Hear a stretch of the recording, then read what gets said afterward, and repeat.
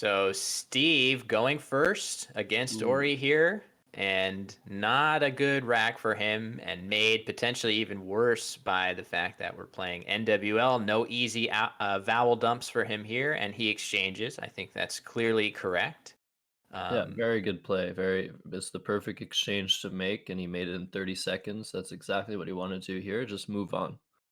yeah, we were talking about it a little bit yesterday that two moves, you can make the same correct move, and depending on how much time you use to make it, it can be, you can even consider it to be a mistake. If you make a really obvious move in 2 or 3 minutes of time, you really want to make those moves quick. That time is better spent on trickier moves later on. Um, Wow. This is an Orry interesting play to start things up by Ori. And Orry plays Volt, and he plays it in a really interesting spot. Josh, do you have any thoughts on why he would have placed it there? I think I Yeah, get it, but maybe. I think this is a very, very good board control play by Ori. He's really trying to limit the options in the future for what happens to the board. You see that V cuts the rest of the board up. So we'll see, maybe it might be difficult to get things going on the left side of the board. And the reason he put the L on the star there and the T right next to it is because if he had moved it over, which is the normal placement of the word, not exposing a vowel on the double letter score, the word volt takes the hook of A, E, I, and S. So you really don't want to be putting those hooks out there, volta, volte, volti, and volts, for your opponent to use. He could have also played volt with the T on the star, but the downside of that is putting that V in a position where you can play through it and hit a double word, or maybe multiple Yeah, double it's words. so clever. It's really, really clever. I just love that play. And not only that, an additional factor, not only is he trying to avoid those volt hooks, and we see Steve plays one there with Golden, putting the E as a back hook on volt. The extra little nuance is that on Ori's first rack, he only had the O as a vowel, right? So he had none of those hooks on his rack. So he knew it was extra important for him not to play Volt in that scary way that lets that double lane with those two double word scores stay Uh, open, and yeah, the O next to the double letter score much less dangerous thanks to the V, which stops all two-letter word parallels. So that's just a really, those tiny nuances. Orry is so good with those. I'm really impressed by that. I'm not sure I would have played Volt there, but I think it's correct. So. it might be, yeah. And as we see, as Will is going to get his define bot going, I guess, Oh yeah, um, sorry guys, I'll get that we up. we do see a play hooking Volt, regardless of the fact that there's no double word there, and it just goes to show that there's so many plays in any position that are just going to hook the word of Volt, and that'll be the best play. And it's really smart to not put that hook out there. So I think it was a good nuanced play. It might be correct. It might be very, very close between other placements of Volt. But as we see in the chat, it's possible to extend the word volt to millivolt, but now that it's been hooked, that's no longer a factor. So I do see, as we see Flagon go down for Orry from that kind of difficult rack with two ends, F, B. That seems like a reasonable play. I'm not sure I saw anything too much better than Flagon for Orry there. Just certainly nothing that doesn't open much more of the board. Like Fanon, parallel to Golden, would have put an F in the triple lane quite needlessly. So I think Flagon is fine. Just want to say I do see the impression. So first of all, we'll do a victory dab for day 2 of Crescent City Cup. We're very excited. Nice play by Steve of lectures, but we are going to see a counter bingo from Orry. So we'll dab for both players right now. And yeah, and I also see the impression request from Brian the Rabid Rabbit over from Eric Rosen's channel. Nice to see you, Brian. Let's see. We'll try to do. So I have my tea here, and we're watching Scrabble. And Alexa, set a reminder for my fridge to turn on in 45 minutes. Thank you. I didn't understand that. Oh. I love the way Eric responds to Alexa's comments by saying, "Oh," like if it surprises him. Yeah. That's pretty good. Oh That's no, pretty my good. queen. So that's as good as I can do for now. Maybe I'll get better at the Eric Rosen impression.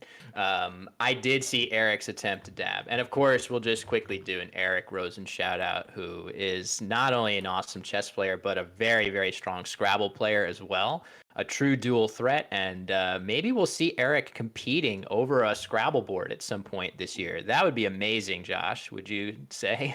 I think it'll happen when we get back over the board. Just get back to the game real quick. Sure, sure, of Um, course. it was an interesting discussion in chat about what to play with Steve's rack there. It was a really, really good rack. He's very close to bingo. The only problem is the X, and it's not really a problem. You can score really well with that tile. So the play of Pox versus the play of Ox, it's very interesting. If you leave the P off of that play, you're going to bingo a decent amount more, I would say. So it might be worth it to sacrifice the 6 points there. And as we see a Y drawn by Steve, I don't know if that helps him here. Yeah, certainly the Y, not what you want to see after fishing. And again, what we in Scrabble, when you make a really short play of one or two tiles, leaving very solid low point tiles left over for next turn in the hopes of drawing a bingo, the word we use for that is a fish. And Steve plays a phony here, but he's going to get away with it, I guess. For Yeah, more good one. more Scrabble terminology, right, Josh? Yeah, there you go. And interestingly, he did draw another P, and if he had played Ox and he drew the P, he would still have a bingo of propines, I think, through the R in lectures. But it's good not to worry about those things and just continue on with the game, which seems to be what Steve is doing. And they're just trading blows here. The J and the Q on Ori's rack, I think it was correct for him to just quickly play Jowl for 42 points and try to play the Q later. There are a couple spots that the Q can go later on. Um, True. but yeah, now we see a bingo possibility for Steve over here, and we'll see if Yeah, he we'll have to finds see if it. Steve spots it. This is a relatively new word to the dictionary, if I'm not mistaken. It was added in one of the more Yeah. recent updates, and certainly Yep. for me, those are the words that I have the least strong control over. So we'll see if Steve is able to spot this play. Um, if not, he can still make some plays that leave really good bingo tiles for him over on the next turn, but they're going to score pretty significantly lower. So he would be in much better shape here if he's able to find this. Um, so yeah, Yeah, cruisier. Cruisier is really also a weird word looking word. So I don't even know if I would see it. Probably not, knowing me. But it's definitely playable, and we'll see what happens. I see a suggestion of juicer in the chat. That's a funny one. yes, that's right. The chess word that I guess Ikaru uses more than anybody else. He's popularizing that term single-handedly. So we do see an S Ooh, hooking play of sires. I think Now, we're if gonna he see was something really quick by Ori. Yeah. Oh, wow. Huge play in response. So, a couple of things happening there with sires.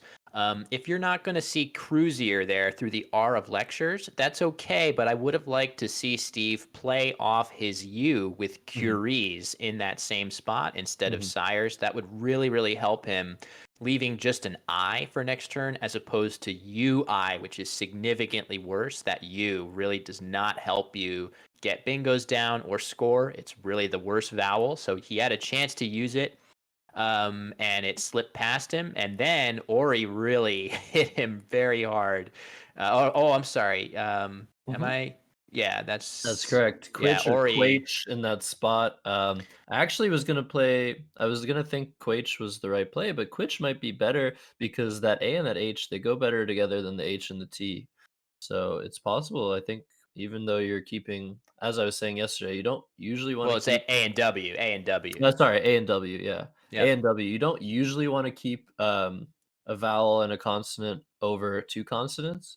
But here with a scoring consonant like a W or an H, if it was an H, which it isn't, you're gonna have at least some plays next turn that get rid of more than one vowel. So I think that might be the right play. Yeah, another really one of these plays where the two top options between quitch and quach, which you can see quitch has been defined in the chat, but just to be clear, the other word that was playable there, I've just defined it for you guys. So the difference between those feels so microscopic, but getting those little nuances correct from turn to turn makes a huge, huge difference in the long term in Scrabble. And Orry is really, really good at that. I feel like he's so good at picking, and a nice bingo there for Steve Nice. of Yeah, good Sarasite. finds.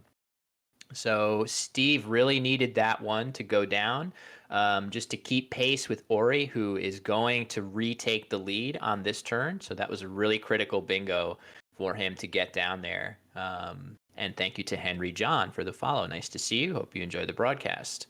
So So we got a really close game here. It's exactly what we wanted. yep. I will like to mention, I would like to mention, I think I'm more tired today than I was yesterday, but that's what you're supposed to be at this tournament, the New Orleans tournament. When it was Yes. held in person, I mean, if you came into the playing room like with a lot of energy, people will look at you funny, honestly. And that's what I do. And I'm actually akin to real life. I'm feeling pretty good. I'm feeling chipper today, just as I do when I go to this tournament and do not consume alcohol and all the rest of the players get hammered. So hopefully I can keep that energy going over the course of the day as you I hope inevitably, so. Josh, pick up some steam No, as we because wear on. yesterday I had the superior amount of energy. I don't know why, but I was just on Twitch all day, 7-hour stream, and then I just stayed on Twitch watching other streams, and I just had this energy. I was just so energized, I think, by the fact that this tournament is happening, 88 people playing across 4 Love divisions, it. Love it. on a new website with a new tournament mode. Thanks so much to the Woogles people and the people behind the tournament, Kate, Austin, Lila, Lindsay, and of course our producer Christian. It's looking fantastic. So yeah, just wanted to put that out there. Good plugs. And while we're plugging, final plug by me is going to be for my co-commentator, Josh Sokol. It is absolutely a great follow if you're enjoying this coverage and want to know where you can find more Scrabble on Twitch. Twitch.tv/axcertypo is the place to go. Love Josh's streams. Would really love it if more of the viewers of this stream hop on over to Josh's channel and give him a follow too. There's going to be great, great content from him from for the foreseeable future. So yeah, there's actually I haven't seen it suggested in the chat here, but there is actually an amazing play for Orry here, an extension to a play on Oh, the board that scores huge. oh, Um, I see it. I think yeah, is so it. I would think if Ori spotted this, I think it would be on the board already, but maybe we will see. Does anybody in the chat see there's literally a 50-point play, a very, very flashy, difficult play to imagine? Um, and there it Maybe we know. is. Yeah. The Ranked, no surprise that he would come up with that. I guess he's saying maybe he got it with the hint that I provided, but yeah, phony Same. Yeah, I did on the not see it board. until you said it. Yeah, diaphony would be an unbelievable extension to phony, and that it's gonna get past Ori, and I really can't say I blame him. And would you believe that in fact Steve has that same option available here? He also has Wow. Yeah. AID on his rack. So that is, he's going to bingo here. He has other plays such as urinated or duration. Okay, so he does play ruinated. Oh my God.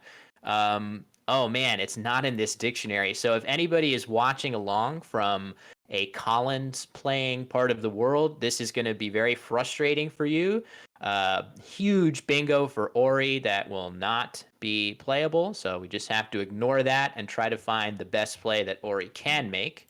And I wonder where it is. It's going to be hard with this. He has such a mix of high scoring tiles, and I don't really see a great place that U of Ruinated so tempting, but there isn't anything great through there. So, Josh, do you have any lead on where he's going to try to play? Yeah, don't really know what to do here. I think Emic was, I mean, even without diaphony being a possibility, I think it was definitely better for Ori to get rid of his W. I don't know if he saw play that was being suggested at 9G, just right above where Emic was played. You see that O and that E in lectures. Could have played the W there, doubled it two ways. He could have continued. He could have played Ween with two E's with an E and an A. You could have played Weaned ED. I think I was looking at that play, Weaned, Mm. and that actually would have ended up blocking the play of Ruinated, forcing Steve to maybe find duration through that O and Hove, which was being suggested in chat as well. So I do think Emic is really the play if this ends up being a win for Steve, that Ori's going to look back and say, yeah, I should have done something different. So Yeah. in terms of what to do now, yeah, it's probably just Duke keeping the BAAW leave, which is really not what you want to do here. But it does keep the score close, so there is a possibility that Ori will be able to score his way back into this. Yep. And holding, if ever you're going to hold AABW and feel hopeful for your next turn, it's when you have a plan to potentially outscore your opponent as opposed to get a bingo down to overcome them. But it's going to be hard because, as we know, the Z, one of the best tiles in the game of Scrabble, found its way onto Steve's rack. It's not going to be super easy for him to hammer the Z here unless he spots the A hook on Phony. In fact, he could have played Oh, mhm. Aphany and Azo in that spot. So the hooks to Phony looming large in this game, not only diaphony, but simply aphany is a valid word. So a good spot maybe there for the Z, but Yeah, the play that's of Zit was a bit yeah, it didn't score that much. You could have played Zoo to two of the O's on the board, the O and Jowls, the O and Hove if he doesn't spot the Aphany hook. I think scoring over 30 there and keeping the extra constant, because as we can see on the right side, the letters remaining are actually mostly vowels. Um, mm, so it would have been probably a bit important there to keep that T and hopefully use it in in future turns and not get stuck with too many vowels. So we might see some vowel trouble for Steve on the next turn. That's Um, true. we'll That so see. he kept, yeah, he on Zit he kept a rack of 3 vowels and 2 consonants, including an R. So when we cut back, when Ori makes his move here, and we cut back to Steve, we could very well see Steve with a rack of 4 vowels and 2 R's and a D, or simply 5 vowels, which that would be the way back into this from Ori's perspective. And from Ori's perspective, also, he has a pretty good mix of consonants on this rack. If he's able to use his W, he actually stands decent chances of drawing something nice that could play through the E of Duke, right? I think he's, as Yeah, long as he definitely. just uses at least one of those A's, um, I think he'll often find himself drawing something in that spot. Yeah, and it's easier said than done on this board to find a really good spot for that W. But that was definitely one of the draws that Ori was looking for, like not too many vowels. Because I did want to mention this, like before Ruinated, there were 6 A's unseen, Yeah. despite more than two-thirds of the tiles being used. So once again, we see a game where the A's are just lingering, and that's better than an I. I mean, if you get duplicate A's, that's okay. You can deal with it. So I much Yeah. prefer to see that than to see a game where the I's are just lingering in the bag for so long. Have you ever Agreed. played a game like that where you're just like, oh my god, look at all those I's. I don't want to play more than like two tiles. Absolutely. Every so often it happens. And the I is, one of those letters that you see the I in many, many, many bingo length words. But as soon as you get more than one on your rack, it starts to really hurt your ability to bingo and destroy your ability to score points by non bingo plays. So, yeah, there's definitely, I can think of, oh, an interesting spot. Okay, Hmm. so we see Bean go down. And actually, Steve picked very well to Yeah. his leave. He picked ES. That has to be among the best possible draws that he could have had. And he very, Wow. oh man, okay, that Wow. is That is very surprising. incredible. Okay, so Steve simply playing AE for 2 points, and he only goes up by 18 after that play. We So got that Switch in the chat. It's like, yay, Steve. Yeah, that's quite the play. So he's really, and man, he drew a bingo here, and he has a playable word, in fact, I think. Mm. Yeah, he Um, does. Yeah, he so, does. Drosera's through that S in lectures. ooh, Wow. hold on, let's see. So, and there it is, and that's going to be Oh man. a That was clinching play. that was a 5-head move. That AE. is Oh my surprising. god. So I think I can say that most of us would have been uncomfortable making a play of only 2 points there, just simply because it's not terrifically likely of drawing something like Drosera's, but it worked out for Steve here. He blocked that easily the best place to bingo left on the board, and managed to draw a bingo that fit in the much more difficult spot on the board of Drosera's. That's Um, incredible. that is yeah, that is a surprise. But it's gonna work out for Steve here. I think. I think he's up by enough that whatever plan that Orry tries to concoct here, I don't think it's gonna be enough. But I Um, think he's gonna concoct quite the plan. yeah. Do you have? If Do I you? know Ori, he's probably gonna try some crazy extension to phony that can't Oh be yes, challenged or something that's like that. that's a great idea. Just to come up with Um, the most plausible extension that he can think of to phony. I don't know what like maybe exactly that is. Wariphony. I don't know, Wari. Man, I don't Some even know. Yeah, those letters don't look great to make a phony there, but it doesn't matter, right? Because Yeah. you, in this position, Ori can make any move that still wins the game for Steve if he lets it go, and Steve will be hard pressed to make the challenge because he's basically winning the game if he lets the play go.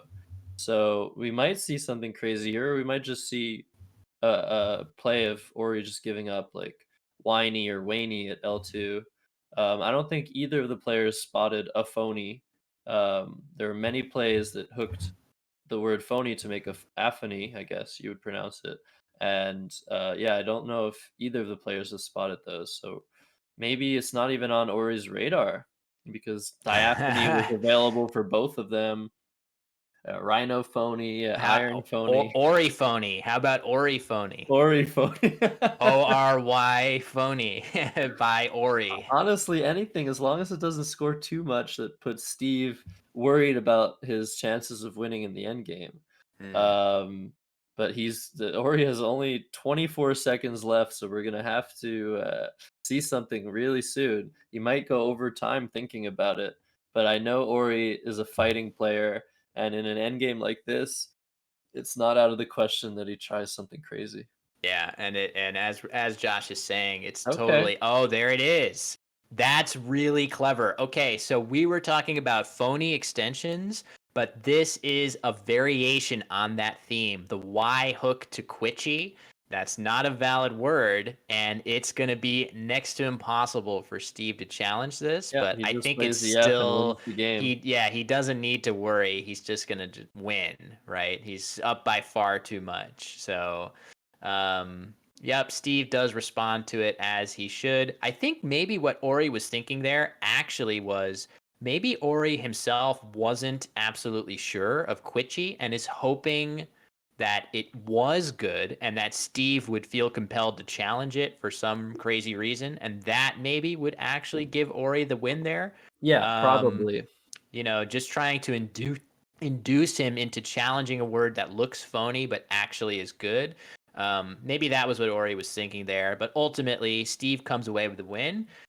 Really interesting sequences in this game. And I think it's Um, interesting. It's important to mention the challenge rule because if you're here and you're playing the international dictionary, it doesn't actually it doesn't actually work to play something like whiny in most cases because challenging a word only costs you 5 points, whereas in this challenge rule, you challenge a word and it's valid and you lose your turn. So it's important again to mention the different challenge rules that we're playing with. We're about to switch over, I think, to a CSW game where the challenge rule is 5 points. That's true. That's a great point. It does really make the feel of the game much different, much easier to do those types of bluffing plays in double challenge than in 5 point challenge, which greatly incentivizes players to challenge any word they're unsure of. If they're wrong and the word is valid, it just gives the opponent 5 more points. Not a big deal compared to, as Josh said, losing your turn if you're wrong. That is valuated at many more points. It's a significantly more punitive rule for the challenging player. I really love this play of Volt by Orry. I want to give a couple more with the analysis board in place. I just want to show everybody why this is so clever. So the plays that you can see, the analyzer is not on screen right now, but I have it up and it's showing the order of plays that the computer would pick. And it's using these very basic ideas to select which plays it wants. So hold on. There we go. There's my red. Actually, I think I wanted to make it yellow so it's easier to see. There we go. Okay, so Just we were FYI, the yes. pairings are indeed up now for the Okay, let CSW me. Open. All I right. totally want to analyze this position with you though. This is it was really interesting play by Orry. All right. If you feel free to look at those pairings, Josh, if you see Mhm. anything good from Collins, we can try to get that on a poll. I'll just really quickly give a description again of this cool play of Volt. So again, the reason that the computer wants to play it here is very simple. Placing the O adjacent to the double letter scores is something that you really want to do on your first play. By putting a vowel next to those squares, you greatly increase the odds that your opponent will use a high scoring consonant to hit you really hard. But Volt, Orry instead plays Volt in this really clever way. He totally breaks that rule and plays Volt here. And the reason why, very simple, Volt takes an A hook, it takes an E hook, it takes an I hook, and the usual S. So by placing Volt here, any of those hooks that are played parallel to Volt, they miss all of those lucrative double word score squares.